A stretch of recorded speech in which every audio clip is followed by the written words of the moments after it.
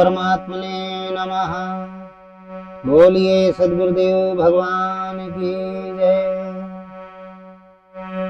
अखंड मंडलाकारं व्याप्तेन चराचरम्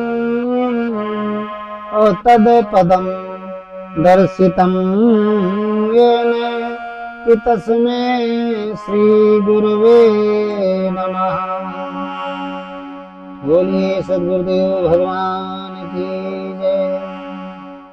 ध्यानमूलं गुरुमूर्ति पूजामूलं गुरुपदम् मंत्रमूलं गुरुर्वाक्यं मोक्षमूलं गुरुकृपः। बोलिए अखंड परमात्मा हृदय स्थित राम की जय। आज का बड़ा सुंदर प्रसंग है। संत तुलसी और संत कबीर के अनुसार परमात्मा सर्वत्र व्याप्त है। इस पर ये आज का प्रसंग है।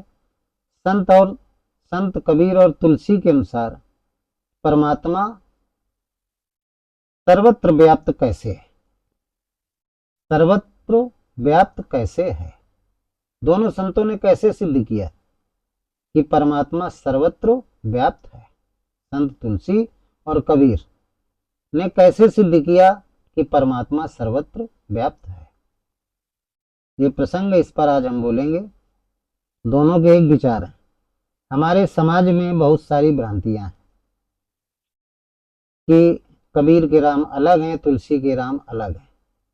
कबीर पंथी कहते हैं हमारा राम तुलसी के राम से अलग है, और तुलसी वाले कहते हैं हमारा कबीर से अलग राम है। आपस में बहुत भक्ति काल समय में दोनों एक ही समय में संत हुए थे, तो दोनों के जो अनुयायी हैं वो उसी समय से आज तक लड़ते झगड़ते चले आए।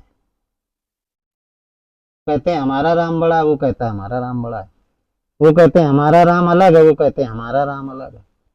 इस तरीके से दोनों में युद्ध होता चला आ रहा है, वाद विवाद होता चला आ रहा है। लेकिन मेरे प्रिय श्रोता बंधुओं, आज मैं बताऊंगा कि दोनों के राम अलग अलग हैं कि एक है। आप लोग प्रसंग में बने रहिए, सत्संग में बने रहिए, सत्संग सुने, आपकी बात समझ में आ जाएगी। जो आपके अंदर ये दुविधा रही हो, आज नहीं तो यदि आप सत्संगी हैं तो आगे आपके मन में आएगी दुविधा। तो मैं बिन पानी साबुन बिना निर्मल करे स्वभाव। हमारा जो सत्संग है ये बिना पानी और साबुन के आपका मन निर्मल करेगा, आपके मन को साफ करेगा। आप सत्संग सुनिए, हमारा सत्संग ऐसे ही है। बिन पानी साबुन बिना निर्मल करे स्वभाव। बिना पानी और साबुन के आपका जो अंतःकरण है उसको धुलेगा, साफ कर देगा, बशर्ते आप हमारा सत्संग सुने तब। तो दोनों जो संत हुए हैं भक्ति कालीन युग में, संत परम पूजनीय आदरणीय संत कबीरदास जी, परम पूजनीय आदरणीय वंदनीय संत तुलसीदास जी, दोनों ने एक ही बात कही है।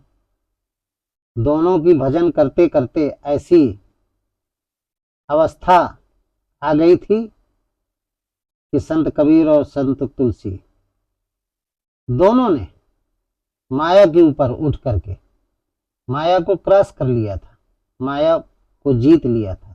और जो माया को जीत लेता है, प्रकृति को जीत लेता है, वो प्रकृति से परे हो जाता है। और कब होता है कि जब परमात्मा उस पर कृपा करते हैं, जब वो परमात्मा को जानने की चेष्टा करता है। जो जाने सो देव जनाई, और जानत तुम्हें तुम्हें हो जाए। जब कोई भी साधक परमात्मा को जानने की जब चेष्टा करता है, जिज्ञासा करता है, तब वो परमात्मा उसको प्राप्त हो जाता है। संत कबीर ने भी लिखा बीजक में, जिन ढूंढा तीन पाइयां गहरे पानी पैठ, मैं बपुरा बूढ़न डरा रहा किनारे बैठ।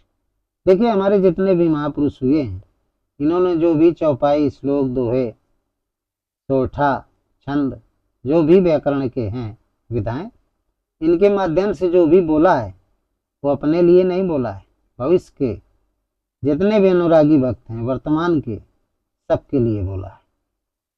तो संत कबीर और संत तुलसी दोनों संतों की ऐसी अवस्था आई। संत तुलसीदास जी की भी ऐसी अवस्था आई और संत कबीरदास जी की भी आई।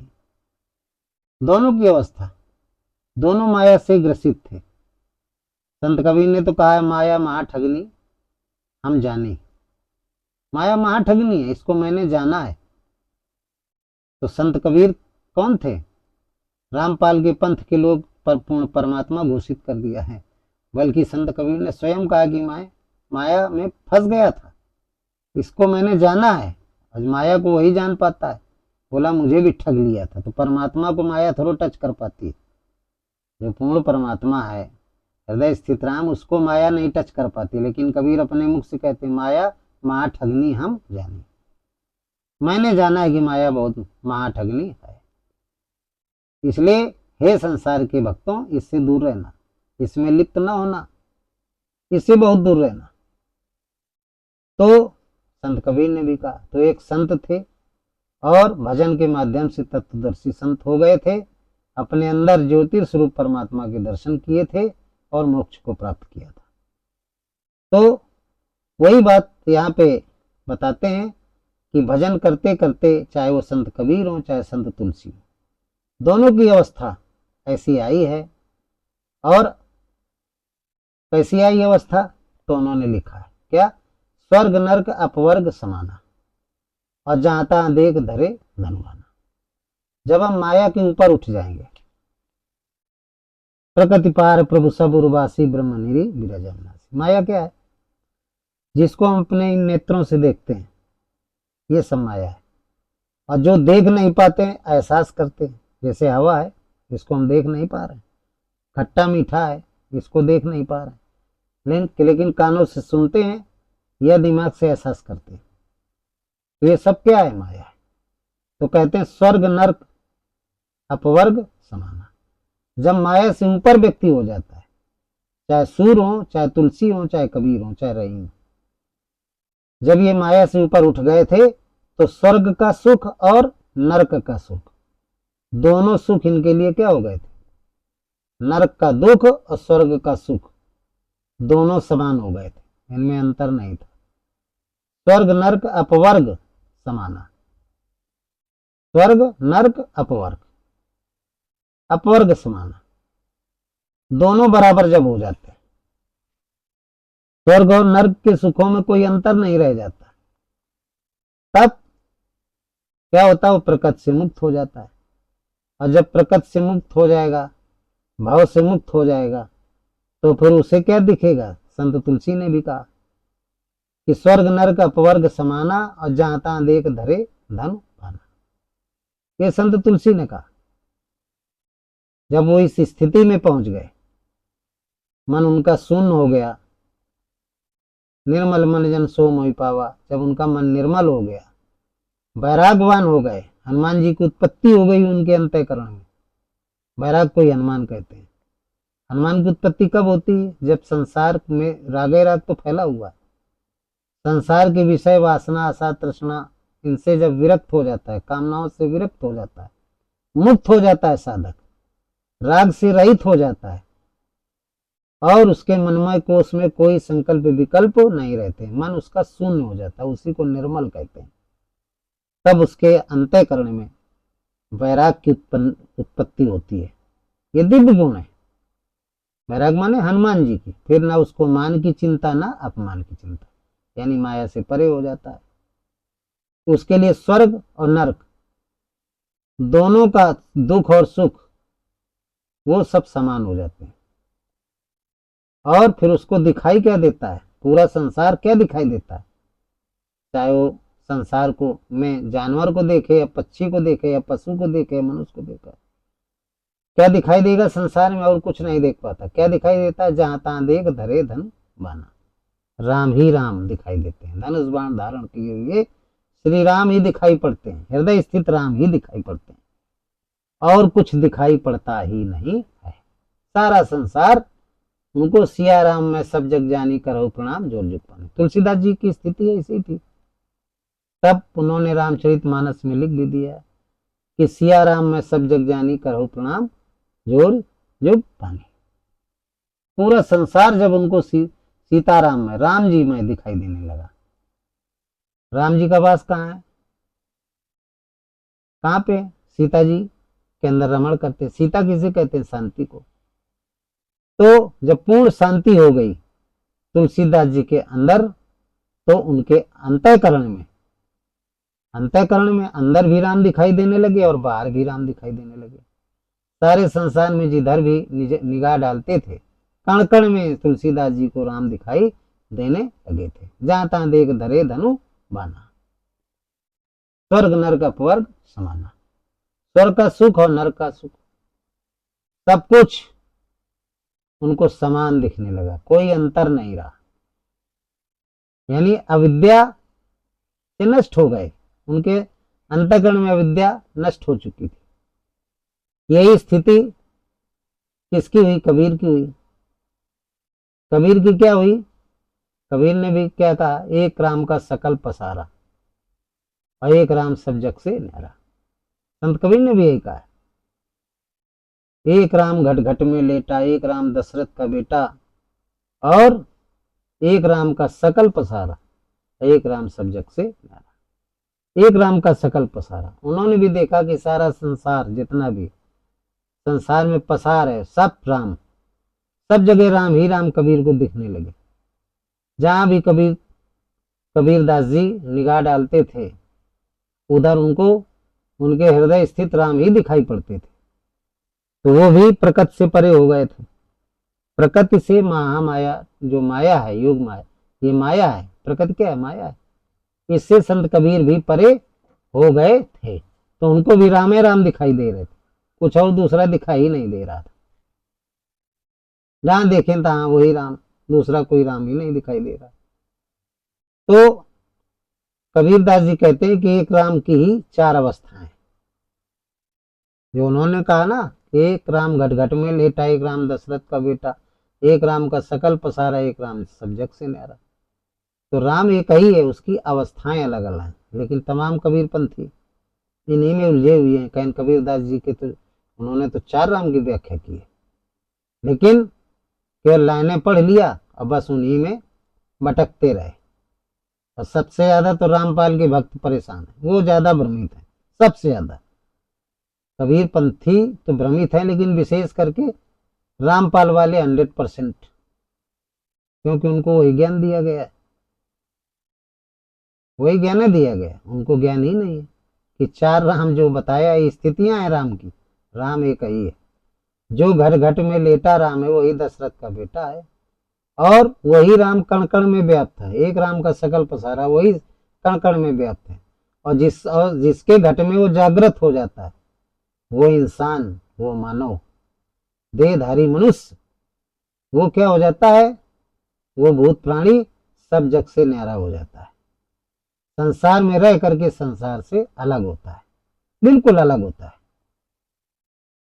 तो यही बात संत तुलसी ने कहा कि वो परमात्मा सब जगह है, सर्वत्र है, और यही बात संत कबीर ने भी कहा,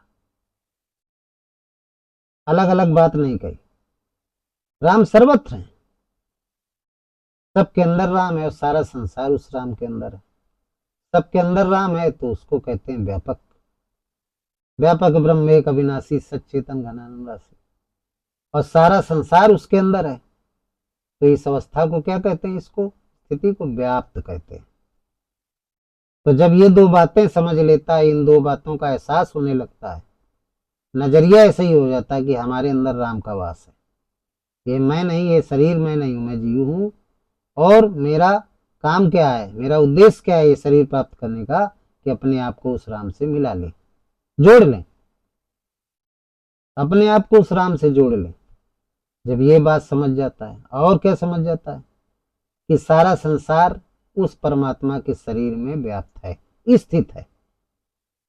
दो चीजें। तो जब ये जान जाएगा कि सबके अंदर राम है, तो किसी से कोई झगड़ा ही नहीं करेगा, किसी के प्रति कोई चीटिंग नहीं करेगा, चोरी नहीं करेगा, दुराचार नहीं करेगा। स्त्री हो या पुरुष हो, एक दूसरे को राम ही राम दिखाई देंगे, सबको राम दिखाई देंगे। तो जब आप भजन करते करते इस स्थिति में पहुंच जाओगे, तो आप सूर तुलसी कबीर हो जाओगे। आप सूर तुलसी और कबीर हो जाओगे। संत कबीर भगवान कृष्ण ने भी गीता में कहा है कि वो परमात्मा सबके अंदर है और सब उसके अंदर है, व्यापक और व्याप्त रूप से।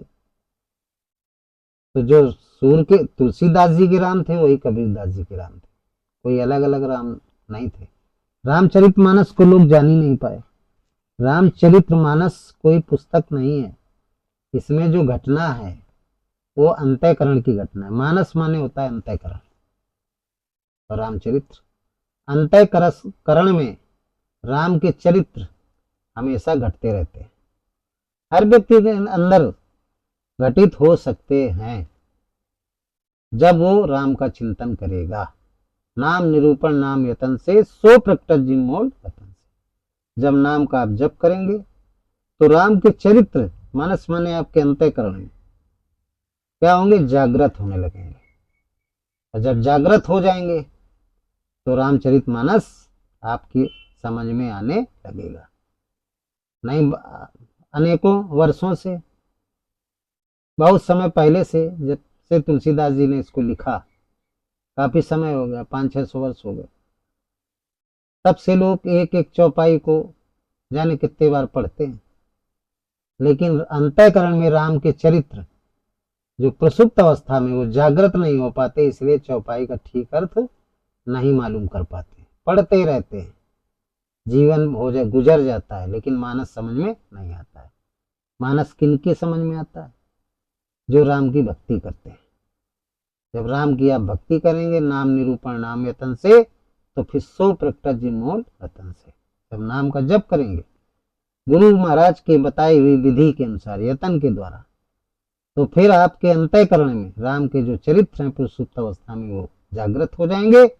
तब स्थिति आपकी कबीर तुलसी की तरीके हो जाएगी। सूझे रामचरित मणिमानिक, अब गुप्त प्रकट जो जहाँ जय, जो मणियों के रूप में गुप्त छिपे हुए हैं आपके अंतःकरण में, वो सब प्रकट हो जाएंगे। तो फिर राम के ही चरित्र आपको अच्छे लगेंगे, राम की कथा अच्छी लगेगी। भागवत होगा तो ये सब इधर उधर के पाखंड में जाना बंद कर देंगे। राम की कथा पढ़ेंगे, सुनेंगे, सत्संग के माध्यम से आप सुनेंगे, सदग्रंथ है उनमें आप पढ़ेंगे। 24 घंटे कैसे छूटे राम रट लागी, संत रविदास की ऐसी स्थिति हो जाएगी। यही बात मीरा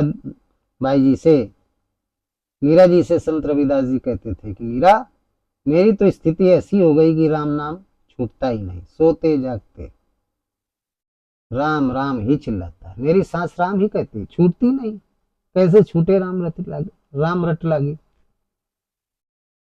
तो ऐसी स्थिति आपकी आ जाएगी।